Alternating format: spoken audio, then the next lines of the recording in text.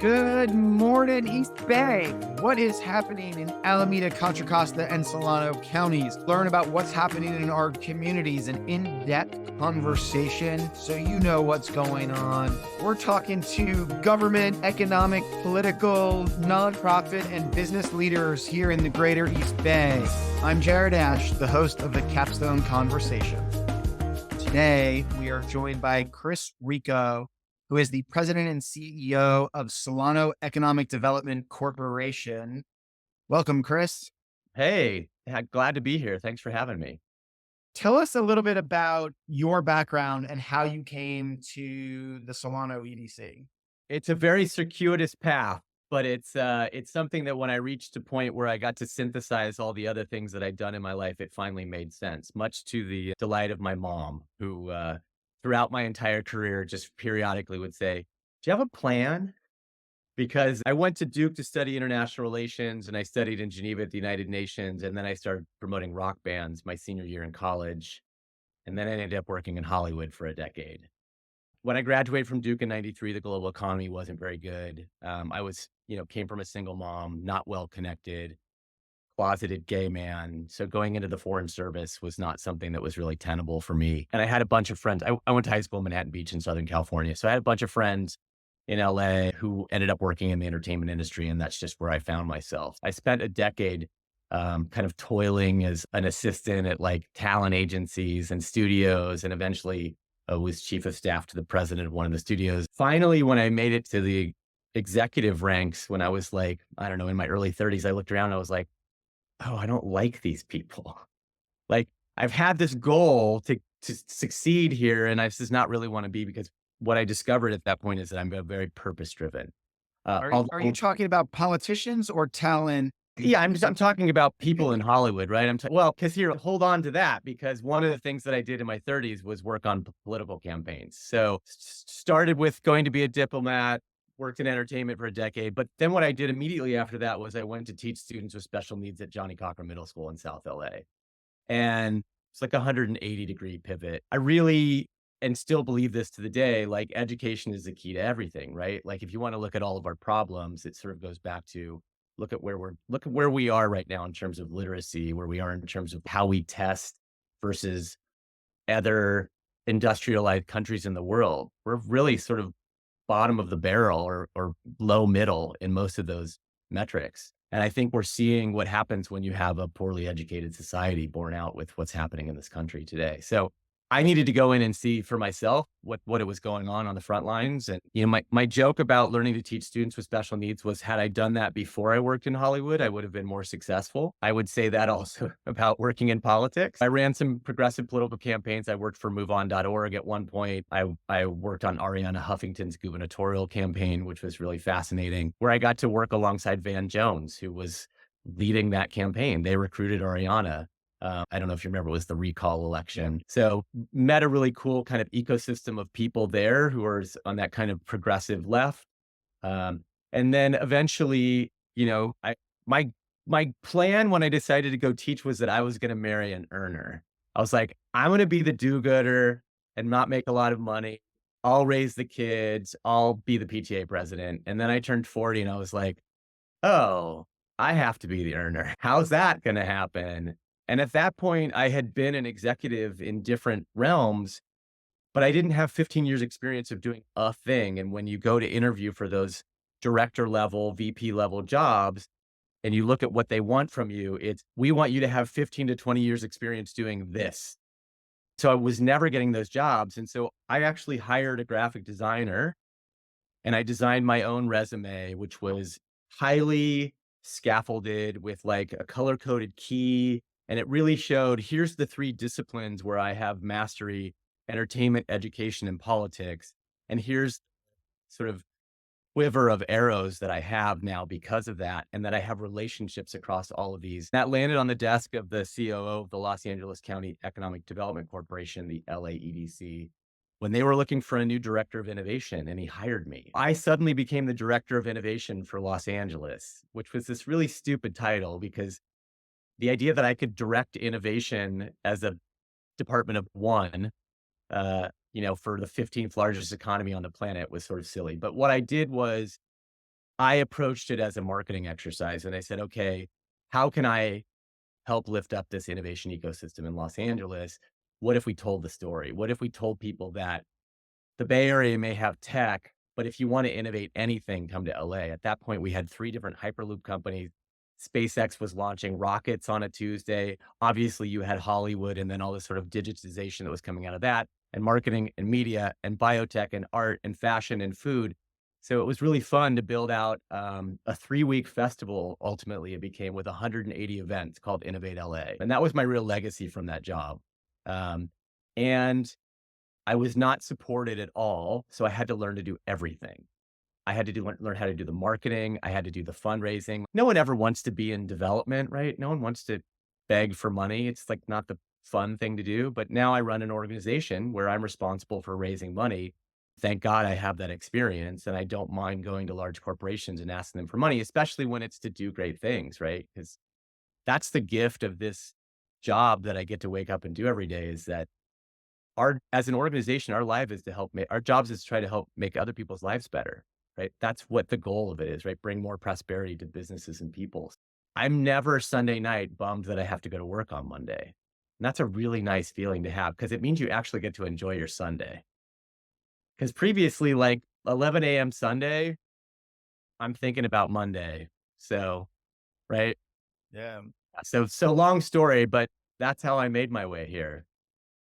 Yeah, it's good to get to know you now. So talk about what is the mission of the EDC, and then we'll get into your current big initiative. When I inherited this role, my predecessor with board direction was tasked with attracting businesses to Solano County. And so he went to a lot of trade shows and took out ads in magazines and ran digital marketing campaigns. But then it was also the pandemic. So, not a lot was happening in general. But I came in and said, listen, I have a different hypothesis, which is you actually have to do things and then you go tell your story. And what are we doing here? Like, what's the story that we're going to tell to businesses that we want to attract here?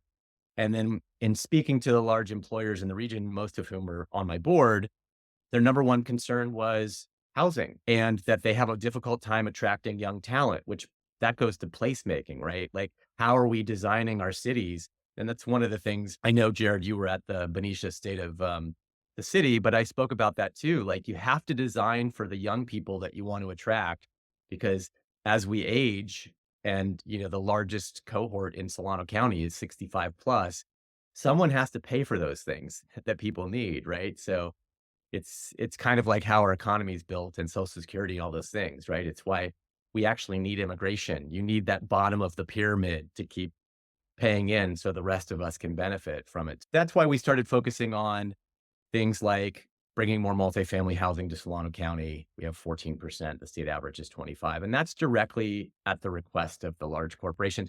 One of the strategies that we have is to proliferate accessory dwelling units. It's an inherently affordable unit of housing. It solves a lot of problems for people who have, say, a 30-year-old has a master's degree in antiquities and $200,000 worth of debt and is now living in your sewing room. Where are you going to put them, right? Or I would say probably, I don't know. I don't have data, but if I were to guess, I would say a quarter of those people 65 plus probably shouldn't be living in the houses that they're living in. They're not safe. They're multi-story. It's bigger than they need, right? But where are they going to go? If you've spent your entire life in Fairfield, you built your business there, your kids went to school there, you were part of the Seroptimus or the Rotary, and your whole life is there, you want to stay there, right? But we're not building for seniors either. I mean, if you look around California where 55 plus communities are, and listen, granted, we have some of those in Rio Vista, but if you live in Solano County, Rio Vista doesn't necessarily feel like the middle of nowhere, but relative to, if you live in the kind of coastal geographies, it's kind of an outlying place like Tehachapi or Visalia, which are like the other places where you drive through and they have 55 plus communities. It's like we put people out to pasture and there's no services there. So that makes no sense, right? So ADUs can help people age in place. They can build an ADU, give their house to the kids, which is one of the complaints we hear from people in Solano County is that their kids can no longer afford to live here. And that's pretty consistent if you start at the coast and work your way inland. everyone's kids are having to move either to Sacramento, and now that's expensive, or they're going to Arizona or whatever because they can't afford to live where they grew up. And that's the case with my sister's family. Like, she raised her kids in Poway, and they've now moved to Arizona. There's a couple points on there. I'm going to come back to multifamily apartments, even senior housing and young professional. That all comes out of the Moving Solano Forward 3 initiative that you are working on. Yeah, And I know you've been going around the whole county and talking a lot about it. right. So give an overview and then let's dive into some next steps on details instead of diving. Like, I don't want to spend 30 minutes going through the report. Yeah, no Give one does. Thankfully, we were able to create some real strategies that we can operationalize. I mean, the biggest takeaways from that report is a 450-page, pretty exhaustive study from Newmark Global Consulting. It was funded by the EDA, the Economic Development Administration, and it was already in process when I took over this organization. Biggest takeaway is that we need to focus on bringing more advanced manufacturing to Solano County, right? And that we're losing young people, and that our current employers have a hard time attracting that young talent to Solano County. I would say the biggest point of emphasis coming out of that is, coincidentally, while that was in process, we already went out and sought grant funding from MTC ABAG. And for your listeners, that's Metropolitan Transportation Commission, Association of Bay Area Governments. They used to be two separate things. At some point, MTC subsumed ABAG. And ABAG is like our cog, right? So in any region, there's like a council of governments that works collaboratively. A lot of times it organizes around transit because that's the place where you don't have a choice. You have to collaborate with your neighboring county because roads connect and bridges connect, right? There's a lot of money that flows through transit. Bigger context, there's a plan called Plan Bay Area 2050. And one of the key tenets of that plan in the 9 Bay Area counties is to try to align jobs with housing. And places like Solano and Eastern Costa Costa are the two places where they have the best opportunity to do that, because you have relatively affordable housing, and most of the people commute out of those counties to go make money somewhere else. So we have 140,000 people who commute out of Solano County every day to go to work. And then you can imagine, what are all the downstream effects? And there are huge consequences to that. First of all, people spend their lives in their car and they're in traffic. There's pollution, right? Quality of life issues. Families aren't there to go to their kids' soccer game, right? So I think the pandemic really showed people what it was like to not have to spend their life in the car when they got to work from home. I think there's a real appetite to figure that out. We need to bring those good jobs to Solano County, and that's what we're really focused on. And in fact, I'm working now to pull together a consortium of leaders to work on creating a specific advanced manufacturing strategy for Solano County. And that's the key, right? We have to go on offense. I don't know well, I'll share a little bit. So how it currently works is, industrial developers will decide that they want to build something in Solano County, say, Dermody. And they'll go to PG and say, hey, we're going to build these 5 logistics buildings in Fairfield, and here's our power requirements. But they only submit power requirements for logistics buildings. But we want advanced manufacturing. So these buildings go up and there isn't enough power for a factory. And real world example, Upside Foods, $400 million venture-backed lab-grown animal protein company, wanted to go to Fairfield, and they chose to go to Illinois because it was going to take 3 years to get power. So that's why we need to actually have a plan, and we need to actually go on offense and say, no, this is what we want here. And these are the infrastructure needs of this kind of application. Because otherwise, based on where we are geographically, we're just going to keep getting logistics. And that's a recipe to us going broke. I want to hit on a couple points you said, because I did some quick math, and how many people do you say commute out of the county? And this is 140,000. That is more than probably about 3/4 of the people between 18 and 65 in the county. Like, I want to paint that picture. We're talking 3/4 Yep. of people 18 to 65 are leaving the county post-COVID on a daily basis. Yeah. And listen, maybe now they're not doing it 5 days a week, right? Maybe some people have the luxury of, but still, I mean, and someone brought this up. I don't know, in some form recently. Like, have you driven? It doesn't seem like there's less traffic when you're out on any of these roads, right? Somebody's going somewhere. So there's still, soul crushing traffic for a lot of people, and it doesn't need to be that way. Yeah. So the power issue, when I interviewed Don Burris, who was the economic development director for the city of Vacaville, he talked about that being their biggest problem. They are attracting a lot of life science companies there, and they have a whole innovation park, and they Yeah. don't know that they're ever going to have power I was just without that. I How was do you just with address Don that? recently, and Don is one of the people that will be instrumental in building this advanced manufacturing strategy. He's the one who led the charge of building out that life science biomanufacturing strategy in Vacaville. So, and I was just with him recently talking to the head of the CMTA, which is the Manufacturing Trade Association in California. And we were power always comes up, right? And Don had shared with me that in Hayward, Rivian wanted to expand. And their internal consultant said, okay, you should lease these buildings. We can get you power in 9 months. They signed the lease, and then PG&E came back and said it was going to be 9 years. How can anybody do business that way, right? Like, why would you come to California when you could go to Nevada where the power is half the price, or SMUD for that matter, around Sacramento? Power's cheaper there. So we can't compete with that. And it's a huge problem. It's existential for us, frankly. If we actually had an abundance of power, we'd be killing it on the business attraction front right now because everyone's looking for power. As it turns out, advanced manufacturing takes a lot of power. Yeah. And by the way, that's a problem in parts of Texas too, where companies are moving there and the utilities are saying, nobody checked with us first. Right. Thanks. Yeah. I listen, and by the way, and I have spoken about this. This is not a California problem. This is a national problem. Almost all of these states have these legacy utilities from the last century that were built on a certain model, and they don't keep up with the needs of today, where how things need to be more nimble, which is why, thankfully, one of the other things that we're exploring when we do the priority production lands, we have that grant from MTCA bag for our priority production lands, which is the industrial land. Our real emphasis is on power. And how do we establish these spaces in a way that they have built in abundant, clean, renewable power? Because then it's going to be really easy for us to go find the companies that we want.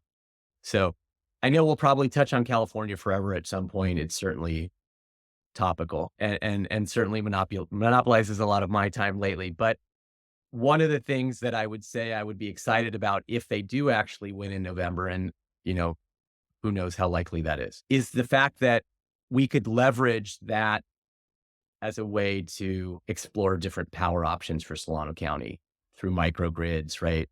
Through just new technology that they have access to, that their investors have access to. Like that to me is exciting. And it's something, frankly, that Travis Air Force Base needs.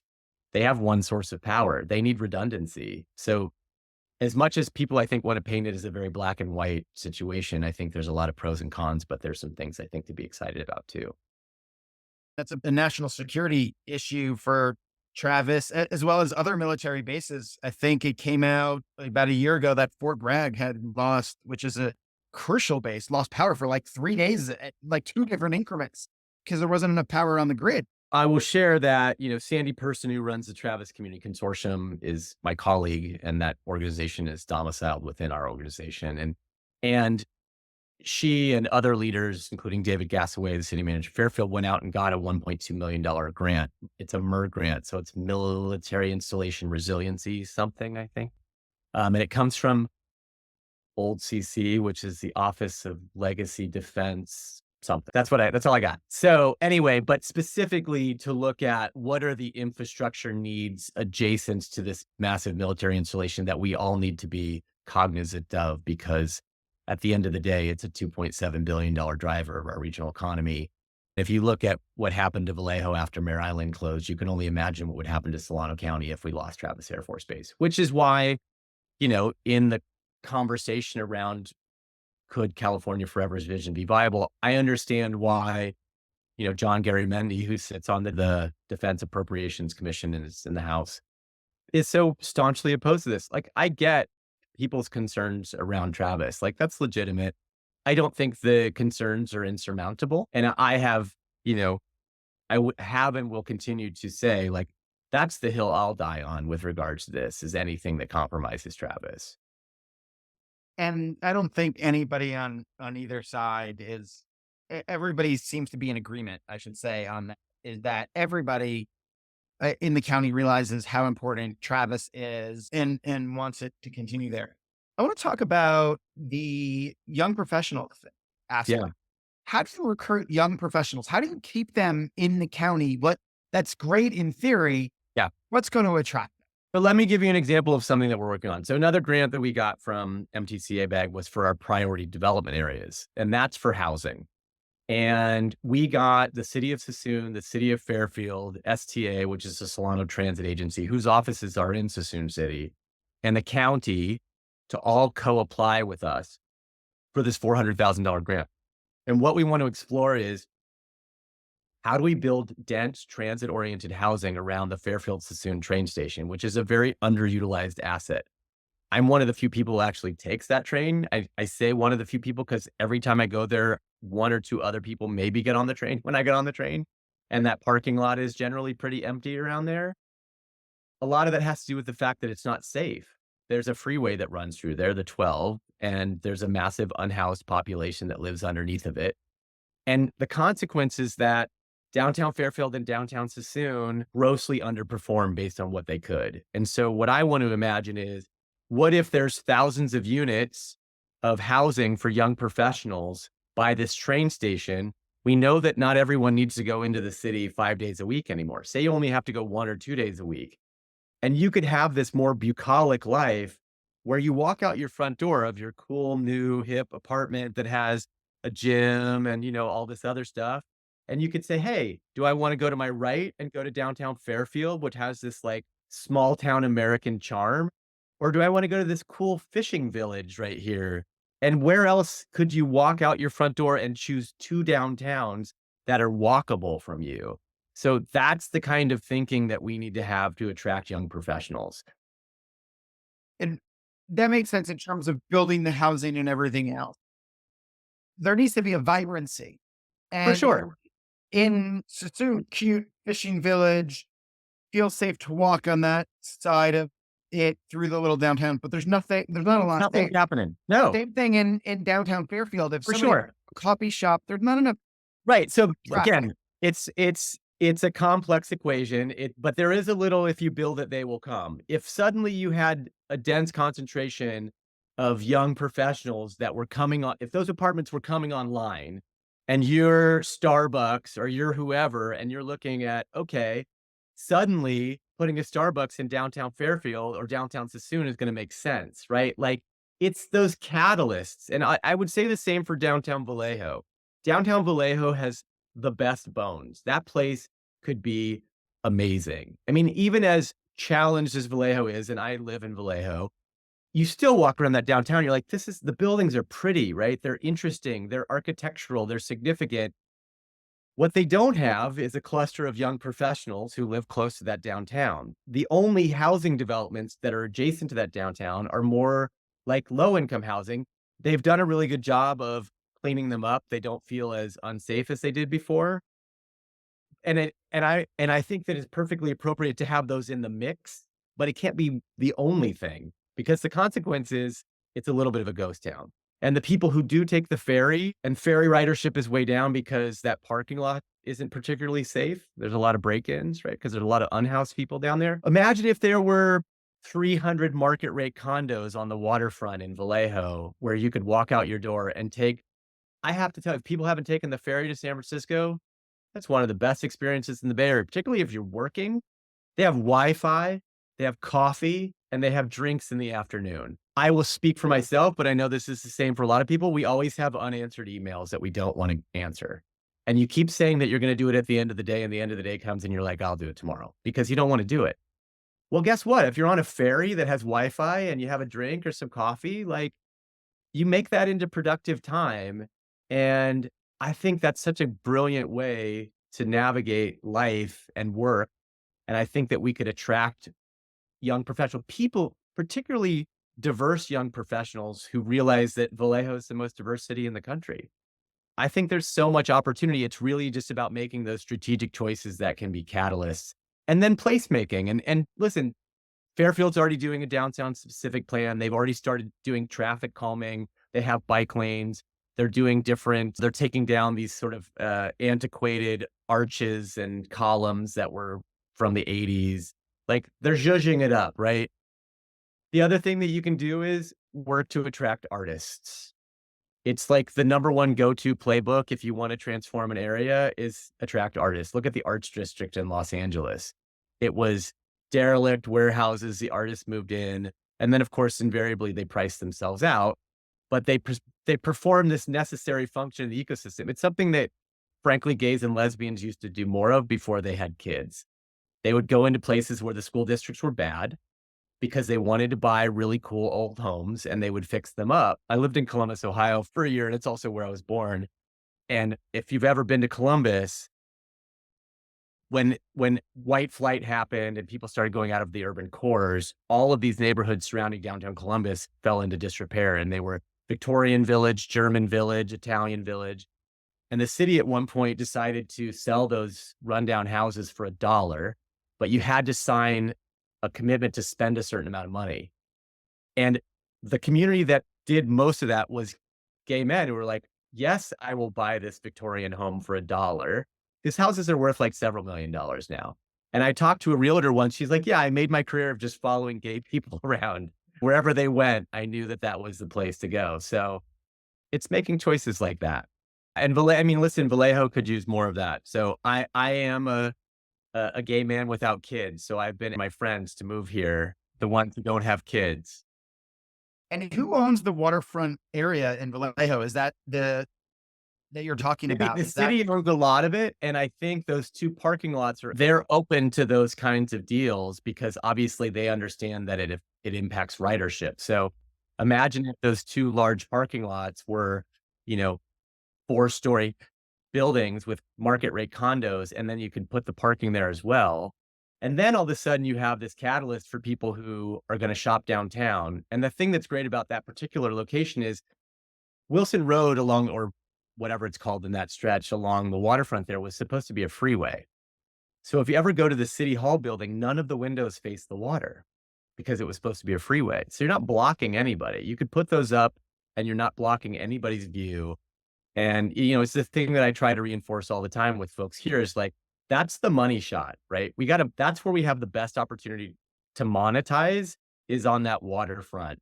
And yes, we can build affordable housing as well, but we also need people with money who can shop here too. Like we can't just build affordable housing. We'll have Seamus on this summer talking about the ferry system and how I think he's got a good ear for economic development and how that needs to be part of the future of the ferry system. Yeah. Let's talk about the Green Empowerment Zone in Solano and what is that and where's that going? I think after a year finally getting everything together in terms of bylaws and who's on the board, its primary focus is on Contra Costa along the waterfront, and it's really about the just transition from the carbon economy. But because we have the Valero refinery in Benicia and Vallejo are part of it, and they just voted to actually add Richmond into it as well, which I think is in Alameda County, right? That's also in Contra Costa. Oh, it is also in Contra Costa. I don't know why they had to vote to add Richmond in. I still am unclear, but what I will tell you, it's encouraging and it's also frustrating, is that the Green Empowerment Zone exists, but there's also a Green Jobs Collaborative, and then there's also a High Road Training Collaborative, and then there's also what used to be called SURF, which was the Community Economic Resiliency Fund that came out of ARPA funding that was in the state general fund, and now that's called California Jobs First, and they're all like, if you were to make a Venn diagram, there's a lot of overlap between these things, but no one is architecting from above to make sure that these things aren't being redundant, that they're actually collaborating with each other. So I go to these meetings for these different things and I'm like, wait, have you talked to these other people? Because they just hired, the Berkeley Labor Center to do labor studies. Do you need to hire the Berkeley Labor Center to do labor? Can you use theirs? It's that where it's like, yeah. So it's encouraging in the sense that these things are starting to happen. But before we started recording, we were talking about at some points you wish you were, Indonesia, where you could just say, "Hey, we're doing this." There is a time where it's like, oh, if it was an autocratic society where we could just say, "Hey, we're doing this."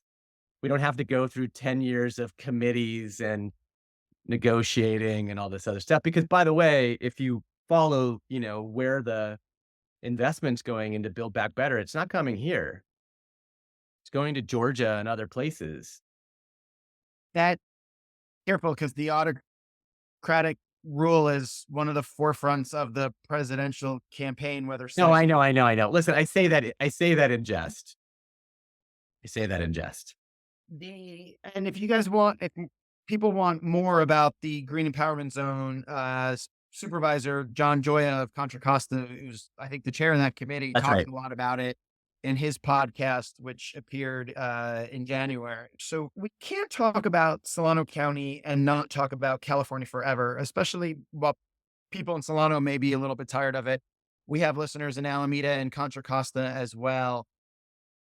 California Forever is the cutesy name for the billionaire backed new city in Solano County. For those of you who aren't following it, and we're going to have Jan Sramick, the CEO of that effort, come on in the fall before it goes to vote. There's about 60,000 acres in Solano County that is owned by this, and it's protected by the Orderly Growth Initiative. And so to change that Orderly Growth Initiative line, before they can go to building permits, it has to go to a vote countywide in the county. I don't want to talk about all the politics of it. I want to talk to the economic development guy, the CEO who runs the economic development agency. What is the economic impact of somebody owning 60,000 acres that is non-development? We talked about power a little bit. We talked about it and how it could help with that, but let's get some broad take. I'm not asking if you're in favor of it, if you're against it. Let's talk about economic development. Yeah.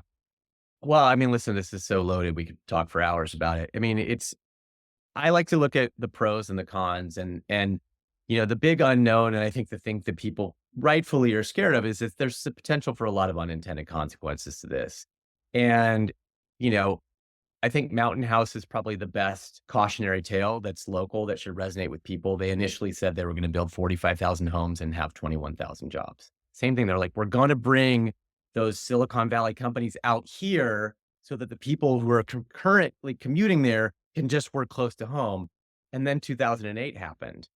And then what they ended up doing was 30,000 homes with 1,200 low-paying jobs. So they created just a worse situation because that's thousands and thousands of more people that are commuting to the South Bay from the middle of nowhere. And that's, I think, legitimately the biggest concern for what could happen with California Forever. That's legitimate.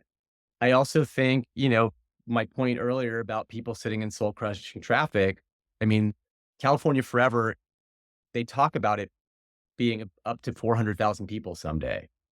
I think that's probably, how many phases in, if you look at like what the Irvine company has done in Orange County, it's taken place over decades and decades and decades, right? And it's grown and grown and grown, but it happened incrementally in phases. And what would that impact be if they don't actually successfully create the job? So to me, the most exciting thing about it is, and I want to go back to the thing that everybody's referring to this as billionaires. First of all, I don't think they're all billionaires, but some of them are.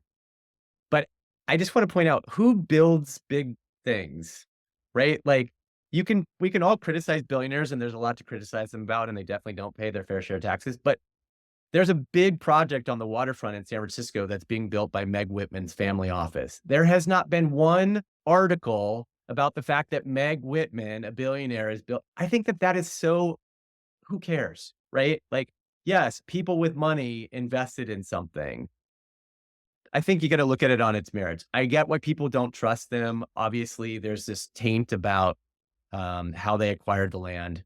Tell me anybody who's ever acquired land before that didn't have to be quiet about what they were doing. Disney created 1,000 shell companies in Florida so that no one knew who was buying the land. To their credit, and maybe, they regret this, everybody knew that Flannery, this mysterious Flannery, was buying up land. So they ended up paying 4 times as much for that land as they would have otherwise. And that, by the way, created a lot of rich people in Solano County, and it created tax revenue for the county. And if California Forever is successful at building what they want, it's going to create a lot of other tax revenue for the county. So you can choose whether you are in favor of that or not. But I think I just want to look at this objectively and have conversations about the pros and cons. I think the transportation and the infrastructure are probably the things that are most challenging for this and potentially insurmountable, right? Like, how are you planning on getting this many people here? Where are they going? If we talked about Fairfield and Sassoon, downtown Fairfield and downtown Sassoon suffer because there's a freeway that runs between them. That is literally in Sassoon's case, it's almost on the waterfront. And in Fairfield's case, it's 3 blocks from their downtown core. That's a real challenge. Unless you're like Chicago, you can't really get away with freeways in the middle of the city, right? Like, or the L train or whatever going by. So yeah, there's no version of expanding the 12 that it's going to work out well for downtown Fairfield and downtown Sassoon. And Travis doesn't want that either because that's more cars going at their, Peterson gate, which they don't want. Yeah, all legit concerns. And I was in a conversation recently in Benicia where he spoke at the Chamber of Commerce luncheon there. And somebody was saying, related to the promises that California Forever has made, particularly around job creation, that's a big part of it, but that can't be, and there's legal reasons why that's not part of the ballot initiative and everything else. From your standpoint, and maybe from the county government standpoint, how does they get held accountable that the job creation numbers and dollar figures happen in the way they're talking about, which is to what you said, didn't happen in Mountain Home? How did somebody like you hold them Yeah. accountable and pay attention to work with them? Yeah, I mean, listen, I talk to them about this a lot, and that provision around, creating a certain amount of jobs, that only kicks in once they've built housing for 50,000 people, right? So really, you're not on the hook for one job until 50,000 people are there. I would have encouraged them to change that. The reality is, if this all happens at the same time that the Mare Island Company starts building, IRG is in talks to redevelop the county property, the county fairground property next to Six Flags, and then they're gonna build this, everyone's gonna need construction employees. Like, they're going to have to create jobs. They don't have a choice.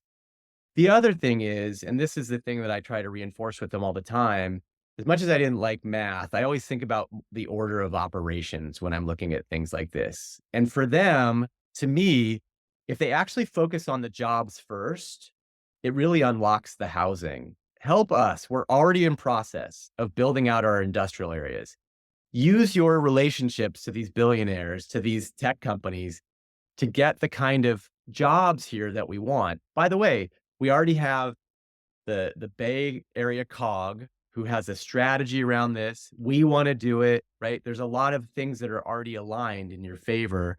We have infrastructure money coming. We have the Build Back Better. Tap into this. Work with us. Get these jobs here first.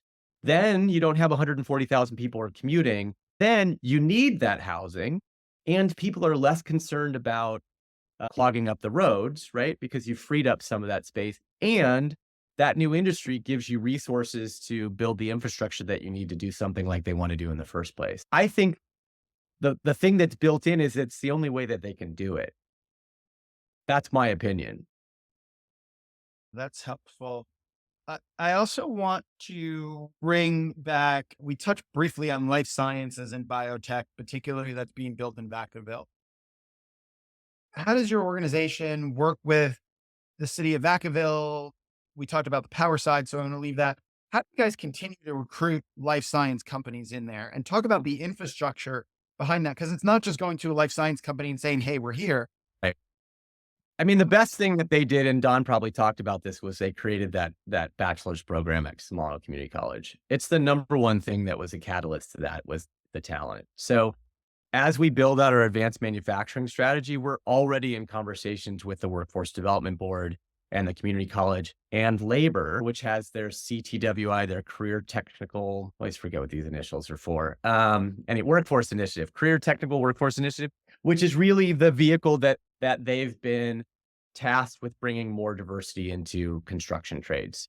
They've been really successful in getting project labor agreements all over. But when they started getting them in places like Berkeley and other kind of liberal bastions, they started saying, hey, but by the way, how many Black people are working in construction? And the reality is that it's not a lot. So they created CTWI as a means to start bringing more diversity in. I'm already working with them, and I'm already talking to Jan and his team about, look, even before you figure out whether you guys win in November, let's start working on this stuff because it has to happen regardless. We need to develop this talent that's underutilized, and there's a lot of it in Vallejo. So once we actually start getting those programs in place, then we have that talent pipeline that's ready to go. And that's where you can start going out and competing. And that's the key. And that's something that we can be impactful in. And we have James, I hope that's how you say his last name, who created that 4-year program in Solano Community College. He's doing a podcast episode as well this spring, talking about that and how the college worked with businesses to innovate and deliver the best employees, whether it's in the Vacaville area or it's in South San Francisco, where there's a cluster of life science companies as well. Yeah, that's the key. And we live at the nexus of the public and the private, right? So we're the place to build those relationships. And I will say, when you do talk to Jim DeClos, be sure to bring up California Forever, because he has very strong feelings about that. Oh, we will do that. Chris, and before we head out, any other initiatives or any other thoughts you want to leave everybody with? Yeah, I mean, the thing that I want to share that I'm really proud about is that we put on a nonprofit capacity building summit on Mare Island in November, with a lot of support from the county, but also from the Kaiser Foundation, the Sutter Foundation, from Travis Credit Union, from Toro, from First Five, Bay Area Ferry, Thistle. We had a lot of amazing sponsors, and Wells Fargo Foundation is actually funding a cohort of nonprofit leaders who are now going through a whole year of capacity building support. One of the things that I've been trying to emphasize, and I have to defend myself around this because people ask, okay, why is supporting nonprofits economic development? And I was like, why do I have to explain why equipping these organizations that get in and work amongst the least of us, right? The folks who need education, that need job training, that need housing, we need them to be resourced because we don't have money to do those things, right? And if we do, wouldn't it be better if we spent it on something else, right? So I'd rather take people who are currently on some kind of government assistance and train them and get them a job so that they actually become taxpayers. Like, that's the goal. Utilize the talent that we have. So proud of that work, and we'll continue to fundraise, because the sad reality is we receive $1 of philanthropy for we receive a penny of philanthropy for every $1 that San Francisco receives. And based on demographics, we have more need than any other county in the Bay Area. So we have the most need and we get a fraction of the philanthropy.